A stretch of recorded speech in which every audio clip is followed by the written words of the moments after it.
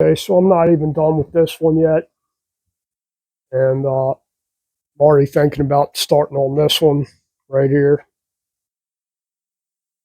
Kind of same idea, like a cafe racer bike. This is Honda CX500 that was stupid cheap, and we did have it running within short order of getting it, but left head gasket was leaking, so I had to pull the head on it. And that was the original idea for this bike, but it kind of sat here and had title problems with it. So found out that I can, in fact, get a title for it. So we'll be starting back on this before too long. Probably after I finish that one, and gotta finish that BMW and get rid of it. Strip down that CV900F and start parting that thing out. And then I'm gonna have to do shift work on that one for first gear, which is the same problem as this one was having. So yeah, have to order another shift for it. But I'm not doing that till I get this one transmission back together. And then I'll do the other one. But yeah, this should be a neat bike for that. Swap the front end out, put the heads back together, and that, I already sold the gas tank off of this thing and some other parts. I sold the gas tank for almost as much as I paid for this whole bike. So there is that.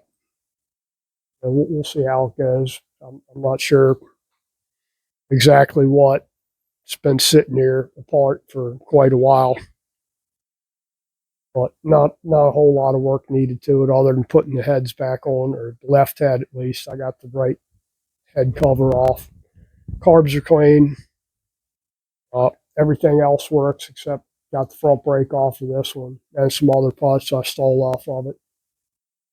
But chances are we won't be going back with this front end. It's kind of spindly. So I'll be doing something different. I might use the front end off of the CB900 on this thing, maybe, because it's dual disc. We'll see. I don't have either caliper for it, but it's a little bit beefier front end than this thing. Gold wheels actually look pretty good on that bike. I went ahead and mounted the tire on it the other day. But it doesn't look halfway. Actually, it looks pretty. I'll tell you what, gold wheels actually make it look lighter. They aren't. They're still heavy. Damn stock Harley cast wheels, super heavy. Maybe not.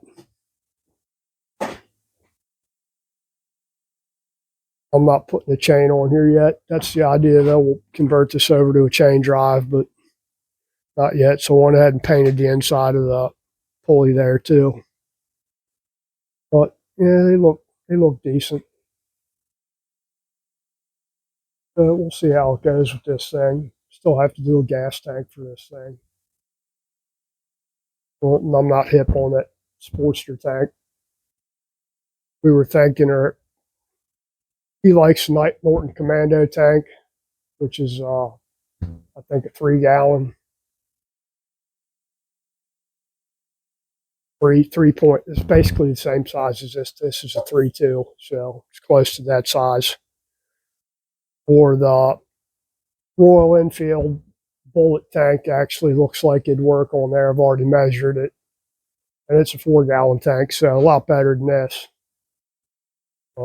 And a lot better looking shape, kind of cafe racer look with the little indents on the side of it there. Looks decent.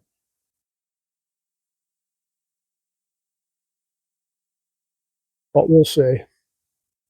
It comes down a little bit square in the front and then comes down, got the indents back here on the back of the tank where they come in. And it's a little bit wider than this tank, a little bit longer, a little bit wider. I think it comes back further, maybe like right here to the seat when I measured it. The mounts, I'm not really worried about the mounts because I can always move those around as far as the rear mount here and the front mount up here that can be moved. The big wide line Commando or Norton wide line tank is huge. That's a 5-gallon. which would probably look pretty good on there. But then I'd have to manufacture mounts for it because that thing mounts totally different than this. That one actually is made to sit like on a feather bed frame, but not a big deal. Either one, we come across one. I'm thinking cheap really. So I know what I can get a tank for a brand new tank for a Royal Enfield Bullet, slightly cheaper than the Norton Commando tank, slightly cheaper. Easier to mount, so I think that's probably where we're going to go on that. Front end's almost good to go. Got to bleed the front brakes and put the cap back on here. I got some nice anodized black rotor bolts. Brake lines about where we want it. Still working on mounting here. I've got one about halfway made that I took some plexiglass and made just as a prototype, and didn't much care for the shape I had, so I actually redid it over again.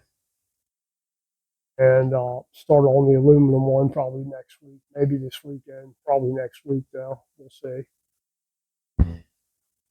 And got to start on rear sets for this thing and the exhaust. I'll probably end up doing 2 sets of rear sets.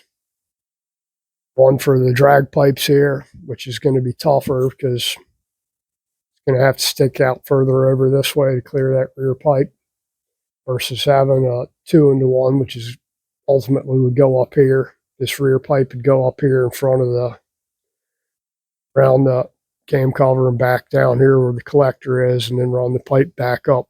I like a pipe that points up higher, not pointing straight back as far as the 2-into-1 goes. But that's where we're at right now, waiting on some shift forks and doing a little odds and ends, trying to get them cleared up. But that's it. Guys, have a great weekend coming up, and I'll keep you updated on whatever I got coming this way.